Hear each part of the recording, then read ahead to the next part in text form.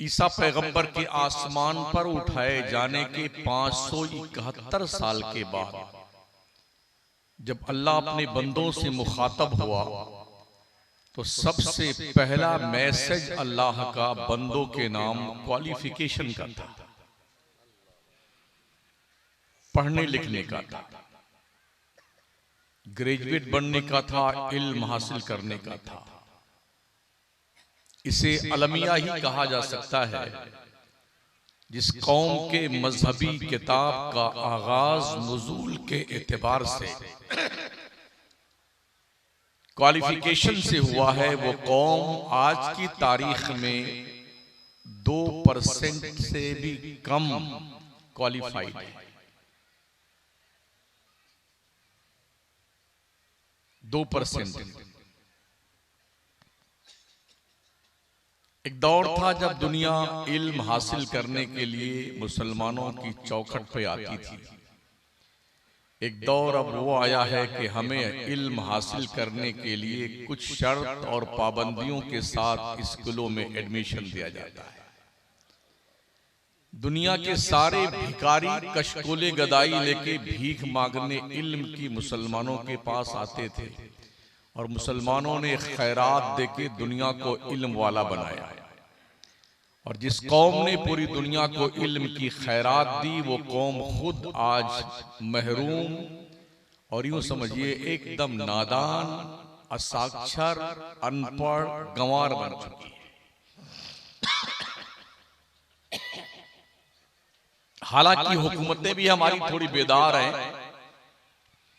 दीवारों पे नारे लिखती हैं, अंगूठा टेक रहे ना एक, गाय भैंस चराएंगे फिर भी पढ़ने जाएंगे, सास बहू एक साथ पढ़ेगी, महिला अनपढ़ नहीं रहेगी। ये नारे लगाए जाते हैं मगर ये सिर्फ दिखावे के नारे। आजादी हिंद के बाद से लेके अब तक हमें क्या मिला है, थोड़ा इस पे आत्ममंथन कर लीजिए।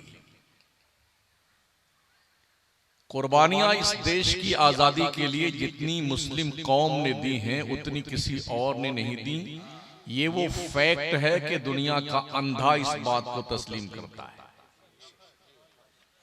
लेकिन जिस कौम ने सबसे ज्यादा कुर्बानी देश की आजादी के लिए दिया है उस कौम को 1947 से लेकर के 2024 तक इस मुल्क में सिर्फ और सिर्फ एक मजदूर की हैसियत से समझा गया, जाना गया, परखा गया, या किराएदार की हैसियत से। हमें हमारी हिस्सेदारी नहीं दी गई, हमें खैरात दी गई, भीख दी गई। बस तुम खाते रहो, पीते रहो और ऐसे ही जिंदगी गुजार लेना। और हमारे यहां भी चमचों की कमी नहीं है। एक रात में एक चाय पे बिक जाते हैं, इतने दलिद्दर लोग हमारे यहां हैं, बदबख्त। कौमों की मौत और जिंदगी के फैसले पार्लियामेंट और विधानसभा में होते हैं, वहां आपका कोई नहीं है। इसलिए दलिद्दरपन छोड़िए और चमचागिरी छोड़िए, अपने अफराद चुन करके वहां पहुंचाइए। कम से कम फाइट करने वाला तो उस ऐवान में आपकी तरफ से हो, जो आपका कुछ अटैक किया जाए उसका जवाब तो दे सके। कब तक कशकोले गदाई लेके भीख मांगोगे यार। दिल्ली में राजघाट पर जो कुर्बानी देने वालों की तादाद लिखी गई है वो 83,000 है। उनमें से 63,000 ओनली मुस्लिम पर्सन है, बकिया में सब है। तो जिसने इतनी कुर्बानी दी है उसे 5 किलो अनाज दिया जाता है। क्या ये अलमिया नहीं है? हिटलर से किसी ने पूछा था जमहूरियत किसका नाम है, तो उसने एक तीतर मंगाया, उसके सारे पंख उखाड़ दिए, एक भी बाल उसके जिस्म में नहीं रखा। फिर वो दाना चुना गिराते गया, ऐसे खींचते गिराते गिराते अपने पैरों के पास लेके आया, और वो दाना चुगता हुआ उसके कदमों में आके पड़ा रहा। उसने कहा, जमहूरियत इसी का नाम है।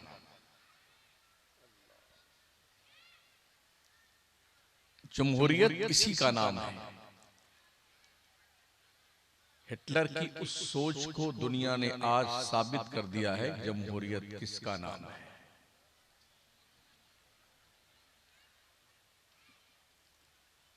हर शख्स की अपनी एक पार्टी है। कोई लावारिस कौम है तो उस कौम का नाम मुसलमान है, जिसकी कोई पार्टी नहीं। इतना फराख दिल है ये, सबको खुश रखता है। गोली मूंगफली बांट करके, तुम भी कुछ ले लो, तुम भी कुछ ले लो, तुम भी कुछ ले लो, तुम भी कुछ ले लो।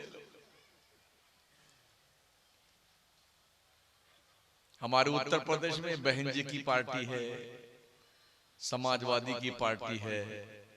ऐसे ऐसे लोग भी हैं जो अकेले ही एक पार्टी के नुमाइंदे हैं, दूसरा कोई नहीं है, मगर उनकी भी पार्टी है। इस कौम की कोई पार्टी नहीं, ये लावारिस कौम है। इसको जो चाहे दाना चुगाते चुगाते अपने कदमों के पास ले आए और मसलता रहे। दुनिया में जीने के लिए इल्म और शऊर, इन दोनों चीजों की जरूरत है। आंखें खोल कर रखिए दुनिया क्या कर रही है आपके लिए, और इल्म रखिए ताकि समझ सकें दुनिया कह क्या रही है आपके लिए। आज की तारीख में हमारे पास ये दोनों चीजें नहीं है। न हमारी आंखें खुली हुई हैं, न हमारा दिल और दिमाग खुला हुआ है। जिस कौम के पास इल्म का खजाना कुरान की शक्ल में मौजूद है, वो कौम लावारिस, यतीम, नादार, नातमा, मुफलिस, मंगता, भिखारी, कल्लाश, कटोरा लेके घूमने वाली उस कौम को मुसलमान कौम कहते हैं। शराबी, जुआरी, सट्टेबाज, अय्याश, बदमाश, नचनिए, गवैये, लुच्चे, लफंगे, उचक्के सबसे ज्यादा मुस्लिम कम्युनिटी में पाए जाते हैं।